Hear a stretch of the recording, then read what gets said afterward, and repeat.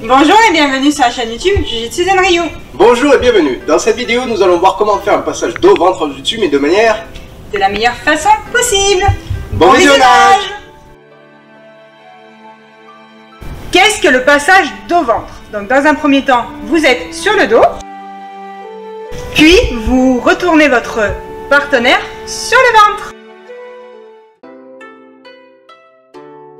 Point important quand vous faites un passage dos-ventre, ne jamais, au grand jamais, enjamber votre partenaire. Pourquoi? Parce qu'à ce moment-là, votre partenaire peut justement donner un coup dans les parties.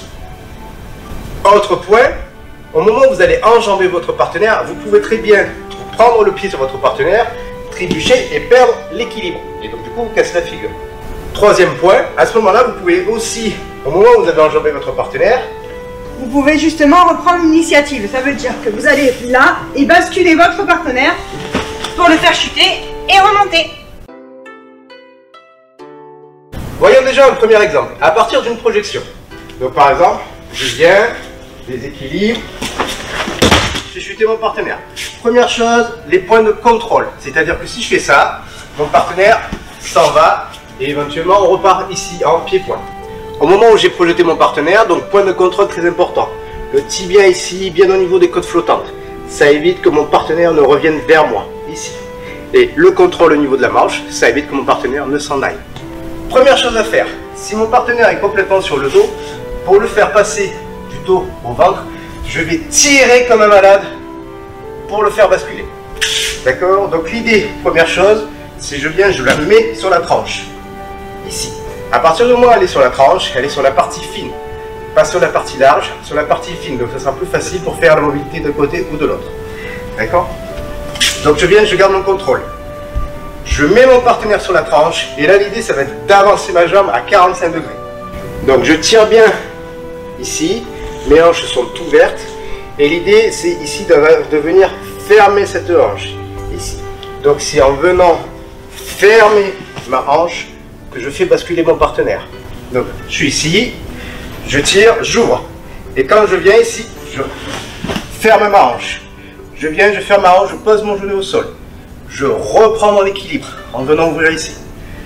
Petit doigt vers moi. Alors attention messieurs de ne pas appuyer là où il ne faut pas.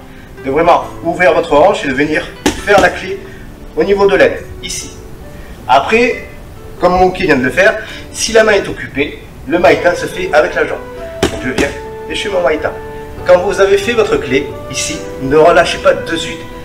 Maïta, je relâche doucement. Montrez au jury que c'est vous qui contrôlez la clé. D'accord? Et après, pareil, vous la posez et vous sortez. Et vous remettez en canaille. Donc attention à une chose, on voit souvent, en général, surtout dans les 20 techniques enchaînées, des personnes faire ceci, c'est-à-dire enjamber la tête et venir fermer les hanches. Le problème là-dedans, c'est que si vous n'avez pas d'équilibre, vous allez forcément mettre le bras au sol. Et vous risquez soit de perdre l'équilibre et de vous casser la figure, soit de blesser votre partenaire. D'accord? Donc, évitez, comme on vous l'a dit en introduction, d'enjamber votre partenaire. C'est vraiment, je suis ici, je tire, j'ouvre à 45 et je ferme mes hanches pour amener mon partenaire sur le ventre. Donc je suis ici, j'ai les hanches écartées. Et là, l'idée, ça va être de venir fermer cette hanche pour faire basculer mon partenaire. Et une fois que je suis là, j'ai les pieds sur la même ligne. Donc, je ne suis pas stable. Donc, je reprends ma stabilité en venant ouvrir ici et en tirant. Autre point de détail, et oui, ça en fait. Donc, l'idée, c'est que quand vous gardez la manche, gardez ce contrôle au niveau de votre nœud de ceinture. Pourquoi? Parce que si vous venez, vous avez mis votre partenaire sur la tranche, ici, et que vous lâchez tout, ben, vous perdez le contrôle du bras. Donc l'idée c'est, vous avez ce contrôle là, vous gardez ce contrôle au niveau de votre nœud de ceinture. Vous mettez votre partenaire sur la tranche, ici, et là vous allez amener ici. Je me recale, petit doigt vers le haut, et je fais la clé. Donc là, j'amène sur la tranche sur mer, je ramène, et je contrôle. Deuxième exemple, toujours à partir d'une projection, donc pareil, je vais ici, je déséquilibre, je place. Ici, je fais chuter. Pareil, même chose. Point de contrôle ici pour éviter que mon partenaire ne revienne vers moi. Point de contrôle ici pour éviter que mon partenaire ne s'en aille. D'accord? Autre manière, cette fois-ci. L'idée est pareille. J'ai déjà mon partenaire sur la tranche. Donc j'ai juste à garder ce contrôle-là. Et là, l'idée, ça va être de venir faire un yazu au niveau du coude, ici. Donc, je tire bien sur la manche, je viens faire un yazu. Le yazu, je vais venir passer par-dessus la tête et pousser mon partenaire ici.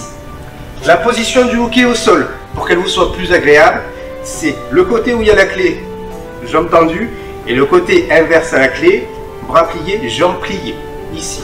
D'accord? C'est cette position-là qu'il faut avoir au sol. Quand vous venez que vous avez fait votre clé, vous gardez la manche. Si vous restez le bras perpendiculaire, c'est-à-dire dans l'alignement de la ceinture scapulaire, la ligne des épaules, mon partenaire, là, ici, il n'y a pas de contrôle. Donc, je peux reprendre l'initiative. Ici. Et là, on repart sur un combat Newaza. Donc après, passage de garde et tout y quanti. Donc j'ai fait chuter, je garde bien ici, mon yazu bien au niveau du coude, ici. Je passe bien par-dessus la tête en faisant Tsukihashi. Je viens l'appuyer ici. Et une fois que mon partenaire a basculé du dos sur le ventre, très important, je reviens, je contrôle ici. Et là, je garde. Et là, quand je garde ici, l'idée, c'est d'appuyer sur le coude. Éventuellement, ce que vous pouvez faire, c'est, mais au niveau du coude, je viens saisir le poignet, et ici. Et là, je suis en Tegatame. Là. Sinon, vous gardez la manche, vous gardez ici, et vous remontez le bras. Et on est sur Seoikon Setsu, c'est-à-dire clé d'épaule. Quand vous avez fini de travailler, surtout en club, nous, en général, c'est ce qu'on aime bien faire. Si on lâche pas le bras, on repose le bras. Prenez soin de votre partenaire, c'est grâce à lui que vous apprenez. Donc mon partenaire sur la tranche, l'idée c'est de mettre le bras en tension pour bien mettre le partenaire sur la tranche. Et là je vais faire mon fameux yazu au niveau du coude. Déplacement Tsukihashi. Et là l'idée ça va être de pousser ici pour venir mettre mon partenaire sur le ventre. Et après je viens contrôler, alors soit comme ceci, au niveau de la tête je prends ici Tegatame, soit je le garde ici, je viens contrôler ici et pareil, je fais la clé d'épaule ou autre chose.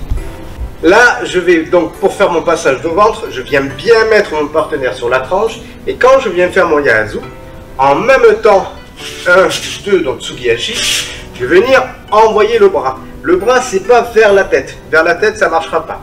C'est 1, 2, et là, c'est la hanche. Je viens pousser avec ma hanche pour mettre mon partenaire sur le ventre. Et une fois que j'ai fait ça, je viens de suite faire mon contrôle. Donc là, cette fois-ci, ça va être Uke qui va être à l'initiative de l'attaque. Donc là, je vais attraper son revers. Je vais le pousser. Et à ce moment-là, il va réagir. Donc au moment où Uke vient pousser, je vais venir contrôler le bras ici. D'accord? Et en même temps, je donne ici Igi. Alors pourquoi je contrôle le bras? Parce qu'à ce moment-là, si mon partenaire vient que je donne Igi, elle lâche, on revient à distance. Donc toujours en Jiu-Jitsu, contrôlez le partenaire. Sinon, vous avez fait un flop et vous avez gaspillé l'énergie pour rien. Donc je viens ici, 1, 2, 3, je frappe. Je viens faire ici ma clé en Z, donc Yuki Chigae, d'accord? Mais là je vais profiter de mon Yuki Chigae pour ramener mon partenaire au sol. Donc même chose, je viens, 1, 2, je garde mon point de contrôle. Le tibia pour éviter que mon partenaire ne revienne vers moi, et la manche pour éviter que mon partenaire ne s'en aille. Donc je verrouille les contrôles de mon partenaire. Là le but est de faire un passage dos-ventre. Donc je garde bien la manche ici. Par contre, je vais changer ma main. Donc je peux changer ma main, pourquoi? Parce que j'ai ce contrôle de la manche. C'est-à-dire qu'à aucun moment, je ne dois lâcher, sinon le bras s'en va. Et éventuellement, soit mon partenaire s'en va, soit mon partenaire me donne un coup de coude dans les origanés. Je suis ici, j'ai mes contrôles. Le tibia, la manche.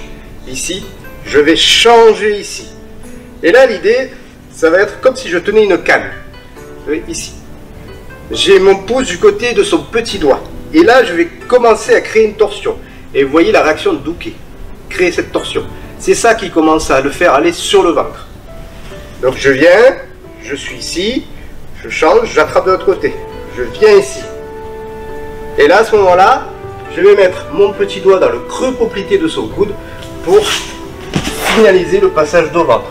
Alors attention une chose, quand vous faites ce genre de passage dos ventre là, d'y aller mollo au niveau de l'épaule, sinon l'épaule risque de sauter à ce moment-là. Donc j'ai ma canne, je mets mon partenaire sur la tranche, les petits doigts dans le creux poplité du coude, et ici pareil, Tsukihashi pour passer par-dessus la tête. Mon contrôle va se faire avec le genou soit sous la main, soit dans la paume de la main, ici. Et l'idée c'est vraiment de mettre mon poids sur le partenaire. C'est ça qui va faire le contrôle. Donc je viens, j'ai amené ici, je contrôle ici, et là je garde. Au niveau de l'équilibre, la jambe d'appui est ouverte. Pas ici, là j'ai pas d'équilibre. Là je suis stable. Et après, soit je peux venir armer et frapper pour travailler la distance, soit je peux venir appuyer sur des points sensibles.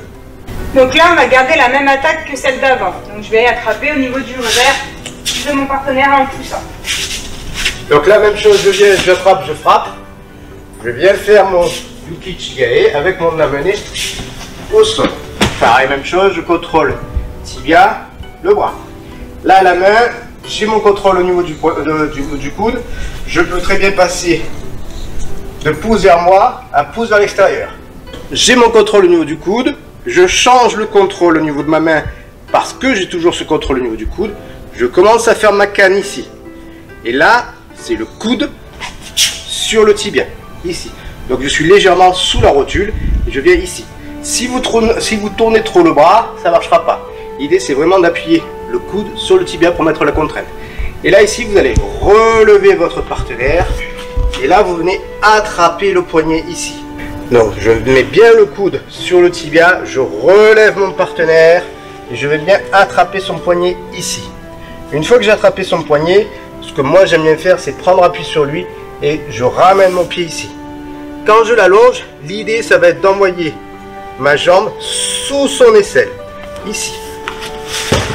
C'est moi qui lui donne la direction pour se mettre à plat ventre. Et là, je vais venir contrôler son bras entre mon mollet et ma cuisse. Je viens m'asseoir ici. Je réouvre ma jambe d'appui. J'ai toujours son petit doigt ici. Donc pareil, à chaque fois, je ne change pas de main.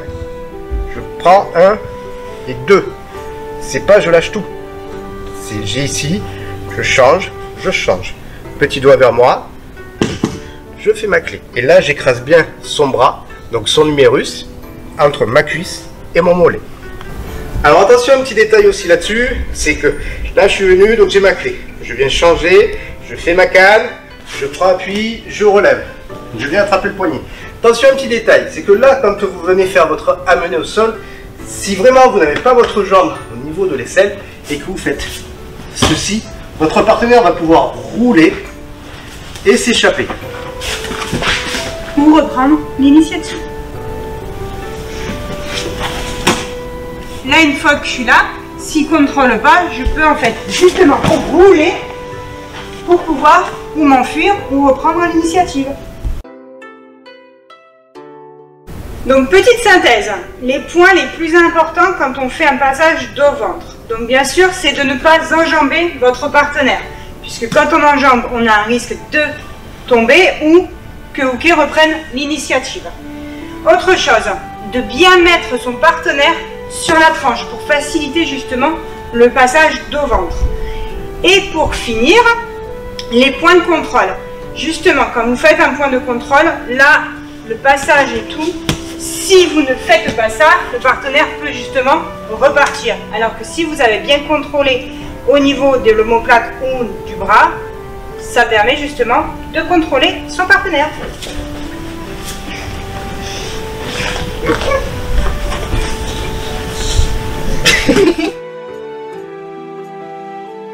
Nous espérons que la vidéo vous aura permis de mieux comprendre le passage dos-ventre. Donc, quels sont les mécanismes à mettre en place pour le faire correctement? Quels sont les points à surtout éviter? Nous remercions tous les abonnés, les futurs comme les anciens. Nous vous invitons donc à activer la petite cloche de notification et à vous abonner si la chaîne vous plaît et si les vidéos vous plaisent. Merci à tous ceux qui partagent nos vidéos, c'est super sympa. Et on vous dit à bientôt.